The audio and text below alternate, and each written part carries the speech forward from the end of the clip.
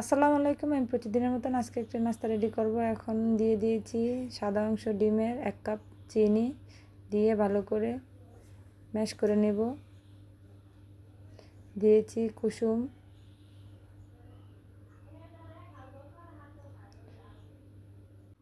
দিয়েছি 1 চামচ।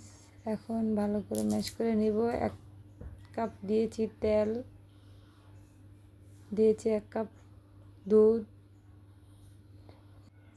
1 কাপ ময়দা, দিয়েছি স্বাদ মতো লবণ, দিয়েছি বেকিং পাউডার, দিয়েছি সোডা,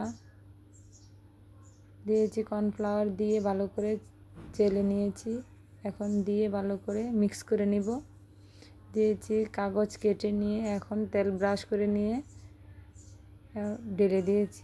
এখন ট্যাপ ট্যাপ করে 20 মিনিটের মতন চুলায় দিয়ে উঠিয়ে নিয়েছি। এখন